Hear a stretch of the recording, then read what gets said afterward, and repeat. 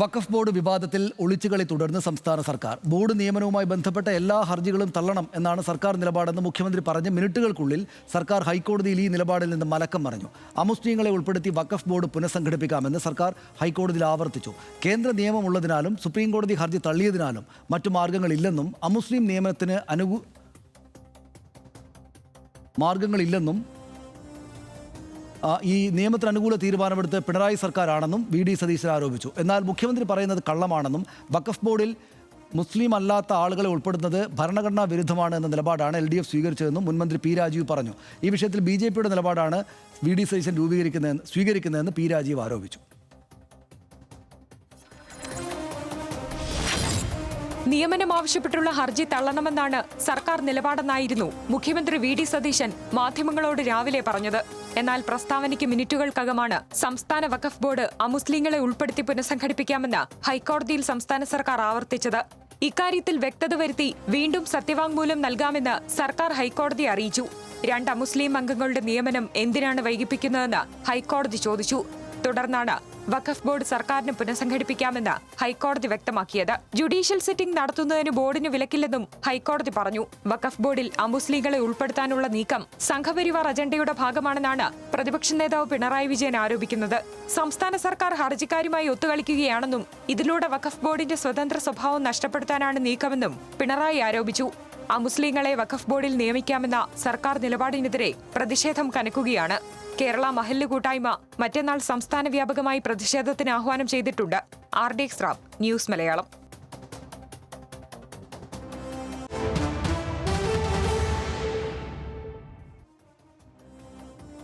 അമുസ്ലിങ്ങളായ അംഗങ്ങളുടെ നിയമനം ആവശ്യപ്പെട്ടുള്ള ഹർജി തള്ളണം എന്നാണ് സർക്കാർ നിലപാട് എന്നായിരുന്നു മുഖ്യമന്ത്രി വി ഡി സതീശൻ രാവിലെ പറഞ്ഞത്. ആ പ്രതികരണം കാണാം.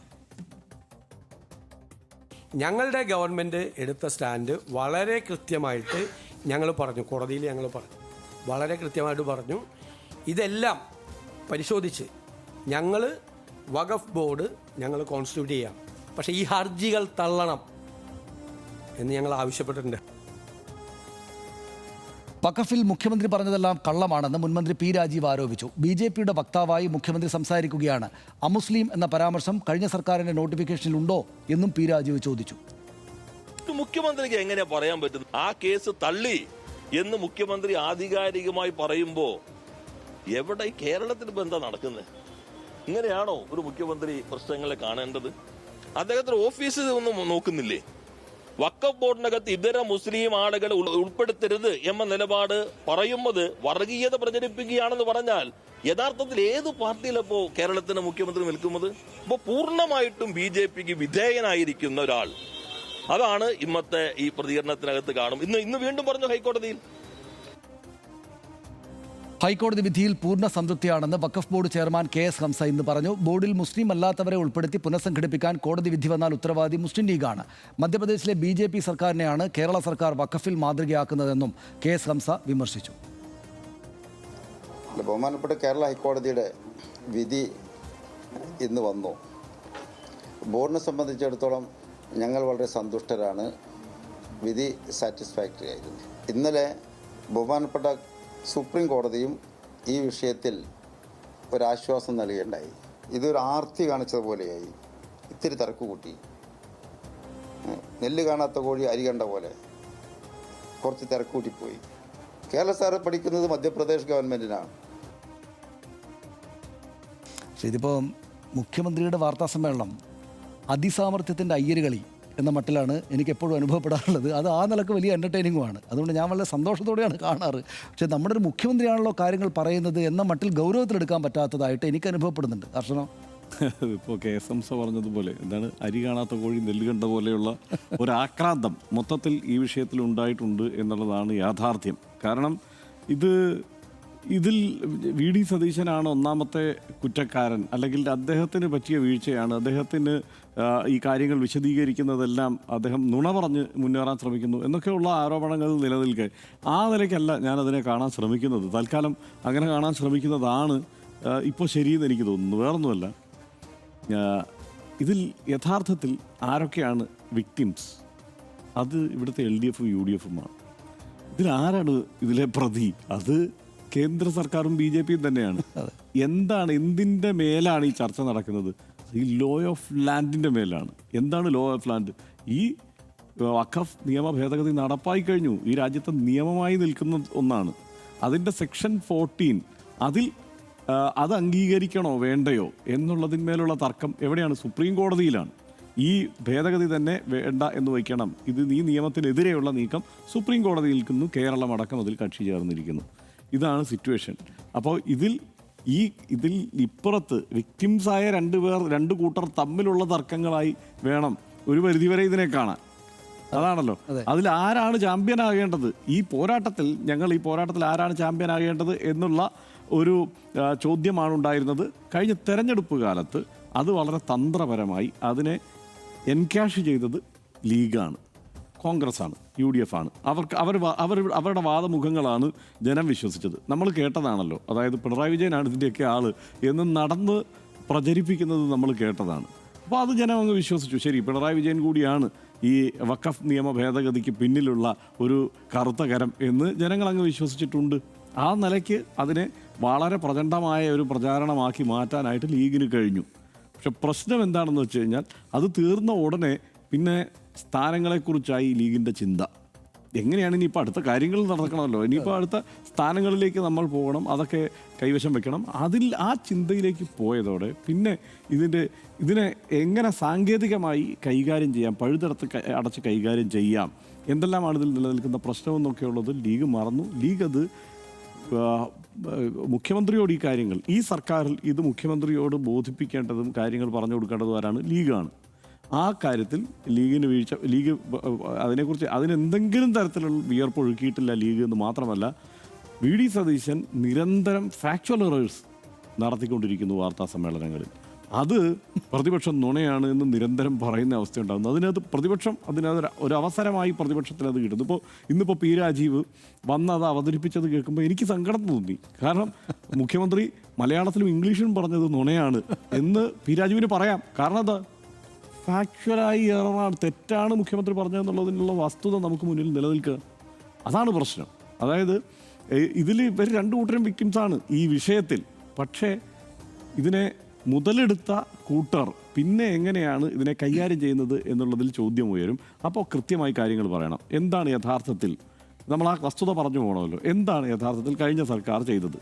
കഴിഞ്ഞ സർക്കാർ ഇവിടെ വഖഫ് ബോർഡ് രൂപീകരിക്കണം, നിയമമായി കഴിഞ്ഞു. ആ നിയമത്തിൻ്റെ അടിസ്ഥാനത്തിലല്ലേ വഖഫ് ബോർഡിനെ നിയമിക്കാൻ കഴിയൂ. അത് നിയമിച്ചു. ഇപ്പോൾ KFMC അടക്കമുള്ളവരെ ആ നിലയ്ക്കാണ് വഖഫ് ബോർഡിലേക്ക് വരുന്നത്. ആ വഖഫ് ബോർഡ് പക്ഷേ ലീഗിന് ഒട്ടും തൃപ്തികരമായ ഒരു വഖഫ് ബോർഡല്ല എന്നുള്ള കാര്യത്തിൽ നമുക്ക് ആർക്കും തർക്കമില്ലല്ലോ. പക്ഷേ ആ വഖഫ് ബോർഡിന് ഇനിയും പ്രവർത്തിക്കാനുള്ള കാലപരിധിയുണ്ട്. 2028 വരെ അതിന് കാലപരിധിയുണ്ട്. അപ്പോൾ കഴിഞ്ഞ സർക്കാർ ഈ വഖഫ് ബോർഡ് രൂപീകരിക്കുമ്പോൾ 2 സ്ഥാനം ഒഴിച്ചിട്ടു. കാരണം 2 സ്ഥാനത്ത് പിന്നീട് ആളെ നിയമിച്ചു കൊള്ളാം എന്നാണ് കോടതിയിൽ പറയുന്നത്. നിയമിച്ചു കൊള്ളാം എന്ന് പറയുമ്പോൾ എന്തിനാണ് അങ്ങനെ? അത് എന്താണ്? ഈ പഴുത് മറികടന്നുകൊണ്ട് എങ്ങനെ ഇതിനെ പ്രതിരോധിക്കാം എന്നുള്ളതാണ് നോക്കുന്നത്.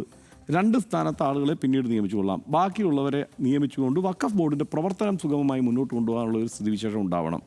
അതിവിടെ കൊടുത്തു. ശരിയാണ് എന്ന് വെച്ച് ഞങ്ങൾ 2 അമുസ്ലിങ്ങളെ നിയമിച്ചു കൊള്ളാം എന്ന് എവിടെയെങ്കിലും കൊടുത്തോ? അത് പറഞ്ഞിട്ടില്ല. പക്ഷേ മുഖ്യമന്ത്രി പറയുന്നത് അങ്ങനെ പറഞ്ഞു എന്നാണ്. തെറ്റാണ്, അങ്ങനെ പറഞ്ഞിട്ടില്ല. 2 പേരെ നിയമിച്ചിട്ടില്ല. അല്ലാതെ ഇത് രൂപീകരിക്കാൻ കഴിയില്ല. ഇത് ഏറ്റവും നന്നായി അറിയാവുന്നത് ആർക്കാണ്? മുസ്ലിം ലീഗിന്. കാരണം എന്താണ്? കേരളം ആരെയാണ് മാതൃകയാക്കിയിരിക്കുന്നത്? തമിഴ്നാടിനെ. 2025 നവംബറിൽ തമിഴ്നാട് രൂപീകരിച്ചത്. 2026 ഫെബ്രുവരിയിലാണ് കേരളത്തിൽ രൂപീകരിക്കുന്നത്. ഇന്ന് മുഖ്യമന്ത്രി പറഞ്ഞത് എന്താണ്? ആദ്യം വഖഫ് ബോർഡ് രൂപീകരിച്ചത് കേരളത്തിലാണ് എന്നാണ് ഈ നിയമം ഉണ്ടായതിന് ശേഷം. തെറ്റാണ്. വീണ്ടും ഫാക്ച്വൽ എറർ. തമിഴ്നാട്ടിലാണ് അത് രൂപീകരിച്ചത്. രൂപീകരിച്ചപ്പോൾ ആരാണ് അതിൻ്റെ ചെയർമാൻ? അത് ലീഗിൻ്റെ നേതാവ് നവാസ് ഗനി ലീഗിൻ്റെ നേതാവ് തമിഴ്നാട്ടിലെ വഖഫ് ബോർഡിൻ്റെ ചെയർമാനായിരിക്കെ ഇതേക്കുറിച്ചൊരു മിനിമം അന്വേഷണം, ഒരു ഫോൺ എടുത്തിട്ട് നവാസ് ഗനിയെ വിളിച്ച് ചോദിച്ചിട്ടെങ്കിലും ഈ കാര്യത്തിൽ ഒരു നിലപാട് ലീഗ് സ്വീകരിക്കേണ്ടതല്ലേ? അപ്പോൾ അത് മാതൃകയാക്കി തന്നെയാണ് കേരളം മുന്നോട്ട് പോയത്. കേരളത്തിൽ മാത്രമല്ല, ബംഗാളിൽ ഇത് തന്നെയാണ് സംഭവിച്ചിട്ടുള്ളത്. എന്നിട്ട് അവരെവിടെയാണ് പോകുന്നത്? കോടതിയിൽ ഈ കേസിൽ കക്ഷി ചേരാനാണ്. കേരളവും സുപ്രീം കോടതിയിൽ കക്ഷി ചേരാൻ പോയി. എന്നിട്ട് അവിടെ എന്താണ് കേരളം പറയുന്നത്? ഈ സെക്ഷൻ 14 എടുത്ത് കളയണം, അത് അംഗീകരിക്കാൻ കഴിയില്ല എന്നുള്ളതാണ് കേരളത്തിൻ്റെ നിലപാട്. അതാണ് നിലപാട്. അല്ലാതെ ഇന്നിപ്പോൾ മുഖ്യമന്ത്രി പറഞ്ഞതുപോലെ 2 മുസ്ലിങ്ങളെ ഉൾപ്പെടുത്താമെന്ന് അന്ന് സർക്കാർ പറഞ്ഞിട്ടില്ല. ഈ പറയുന്ന ഇന്ത്യയിലെ ആദ്യത്തെ വഖഫ് ബോർഡ്, ഈ നിയമം വന്നതിന് ശേഷമുള്ള ആദ്യത്തെ വഖഫ് ബോർഡ് കേരളത്തിൻ്റെതല്ല. ഈ കുരുക്കിലെല്ലാം കൊണ്ട് ചെന്ന് ചാടിച്ചിരിക്കുന്നത് അദ്ദേഹത്തെ ഉപദേശിക്കുന്നവരാണ് ആരായാലും. അതല്ലെങ്കിൽ ഇപ്പോൾ സനീഷ് പറഞ്ഞതുപോലെ അദ്ദേഹം ഒരു അതിസാമർഥ്യത്തിലൂടെ പെട്ടെന്ന് വളയമില്ലാതെ ഇതങ്ങ് ചാടി അങ്ങ് പോയേക്കാമെന്ന് തീരുമാനിച്ചോന്ന് എനിക്കറിയില്ല. പക്ഷേ ഈ പറഞ്ഞതെല്ലാം പിശകാണ്, അത് അതിനകത്ത് സംശയമില്ല. ഇത് മുസ്ലിം ലീഗ് ഇനിയെങ്കിലും ഈ കാര്യത്തിൽ സത്യസന്ധമായ ഒരു നിലപാട് സ്വീകരിക്കണം.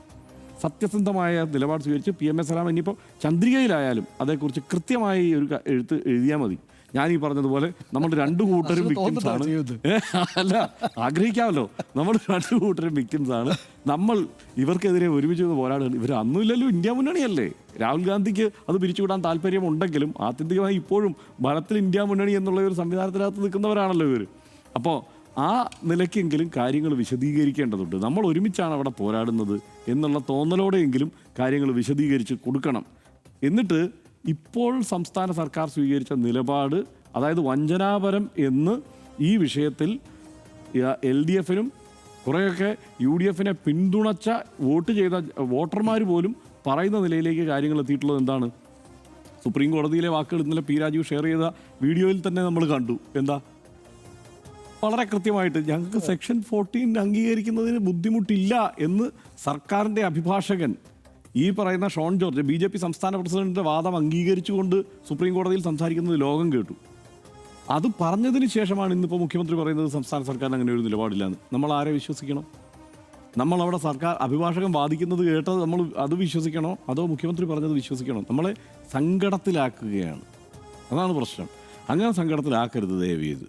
അതിനു പകരം ഈ കാര്യത്തിൽ കൂടുതൽ വ്യക്തതയോടെയുള്ള ഒരു മറുപടിയാണ് ആവശ്യം. ഇന്നിപ്പോൾ ഹൈക്കോടതിയിലും വന്നിട്ട് ഇതേ വാദം ഉന്നയിച്ചിരിക്കുകയാണ്. ഇത് പറയും, ഇന്ന് ഹൈക്കോടതിയിൽ വന്നിട്ടും പറയുന്നത് എന്താണ്? സെക്ഷൻ 14 അംഗീകരിച്ച് തന്നെ മുമ്പോട്ട് പോകാനാണ് ഇത് തൽക്കാലം അവർ ശ്രമിക്കുന്നത്.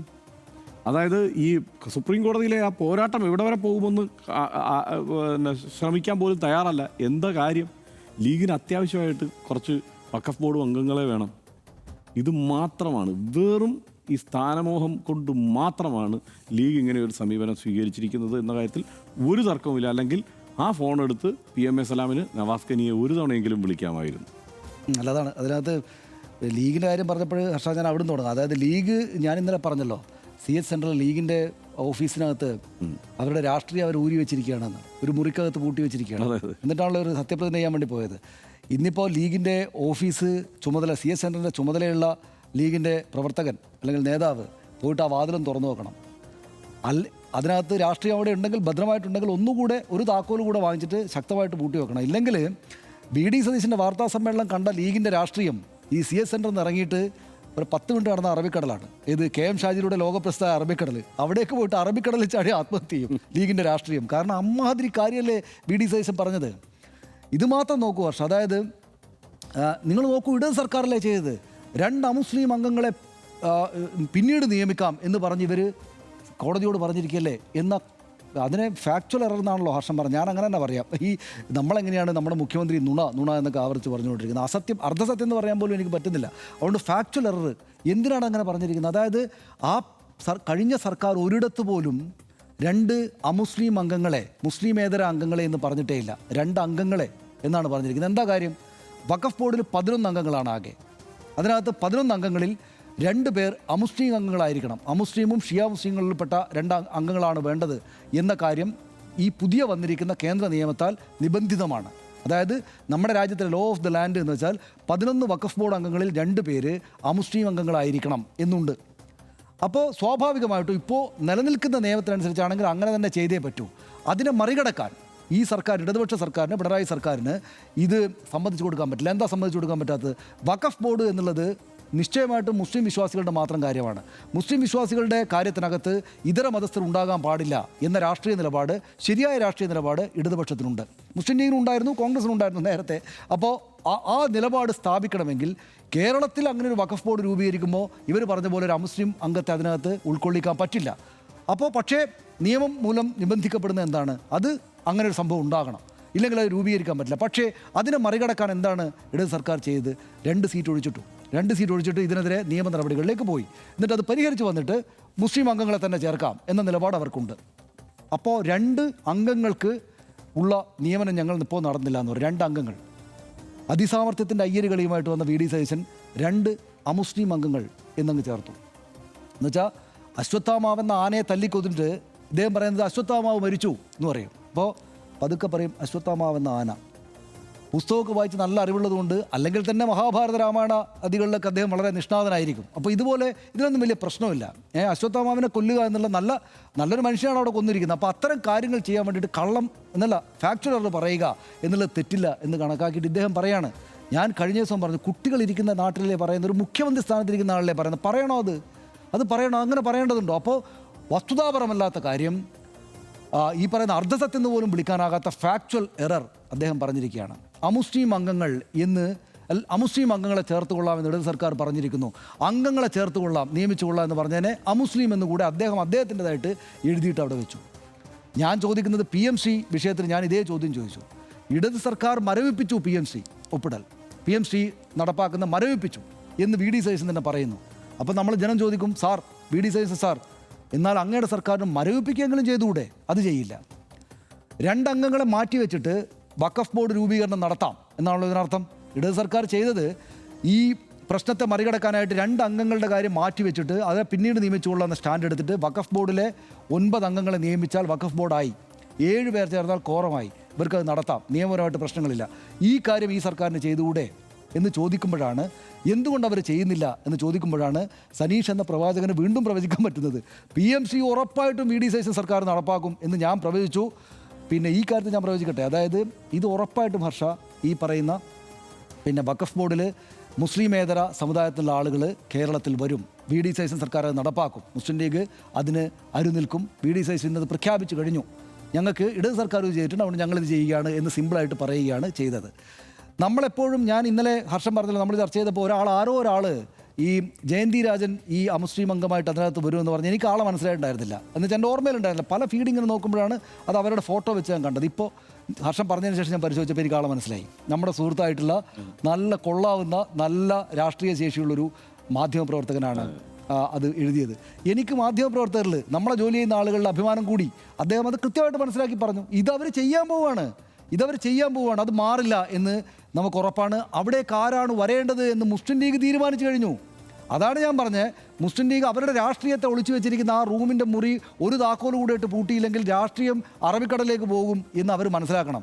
അവരുടെ ചെറുപ്പക്കാർ മനസ്സിലാക്കണം, അവരുടെ അംഗങ്ങൾ മനസ്സിലാക്കണം. അതായത് ഇത് ചെറിയ കളിയല്ല, ഇത് നടപ്പാക്കാൻ വി ഡി സതീശൻ സർക്കാർ തീരുമാനിച്ചു കഴിഞ്ഞു. PK Kunhalikutty, N Shamsuddin, KM Shaji, PK Basheer, അവരുടെ മന്ത്രിമാരെല്ലാം അതിന് തയ്യാറാണ്. ആരെ ആ പദവി കൊടുക്കണം? ഇപ്പോൾ നമ്മുടെ സുഹൃത്ത് പറഞ്ഞതനുസരിച്ചാണ് കൂത്തുപറമ്പിൽ എൻ്റെ മണ്ഡലത്തിൽ മത്സരിച്ച പരാജയപ്പെട്ടു പോയ അവർക്ക് ആ സീറ്റ് അവിടെ കിട്ടും വഖഫ് ബോർഡിൽ. നമ്മൾ കാണും PMC മുസ്ലിം ലീഗിൻ്റെ മന്ത്രി ഒപ്പിടുകയും മറ്റും ചെയ്യുന്നത് പോലെ ഈ കാര്യം മുസ്ലിം ലീഗ് നടപ്പാക്കും. മുസ്ലിം ലീഗ് അടുത്ത് നിൽക്കും. പിന്നെ സതീശൻ സർക്കാർ നടപ്പാക്കുന്ന കാര്യത്തിൽ എനിക്ക് സംശയമില്ല. ആ പ്രവചനമാണ് അതിൻ്റെ കാര്യം. വഖഫ് ബോർഡ് പുനഃസംഘടിപ്പിക്കാനുള്ള തീരുമാനത്തെ വി ഡി സതീശൻ സർക്കാർ അനുകൂലിച്ചതോടെ UDF-ലെ 2ാമത്തെ വലിയ കക്ഷിയായ മുസ്ലിം ലീഗ് വലിയ പ്രതിരോധത്തിലാണ്. പ്രഖ്യാപിത നയങ്ങളിൽ നിന്നും വ്യതിചലിക്കുന്നത് തെറ്റായ സന്ദേശം നൽകുമെന്ന് ലീഗ് നേതൃത്വത്തിന് ആശങ്കയുണ്ട്. BJPയുടെ വർഗീയ അജണ്ടയാണ് കേന്ദ്ര നിയമമെന്നും അത് അതേപടി നടപ്പാക്കാനാണ് സർക്കാരിൻ്റെ ശ്രമമെന്നും സാമുദായിക സംഘടനകൾ വിമർശനമുയർത്തുന്നുണ്ട്. കേന്ദ്ര നിയമത്തിനെതിരെ ആദ്യം സുപ്രീം കോടതിയിൽ പോയ ലീഗാണെന്നിരിക്കെ അവർ പങ്കാളിയായ സർക്കാർ ഹൈക്കോടതിയിൽ എങ്ങനെ ഇത്തരം നിലപാട് സ്വീകരിച്ചു എന്നാണ് പ്രധാനമായും ഉയരുന്ന ചോദ്യം.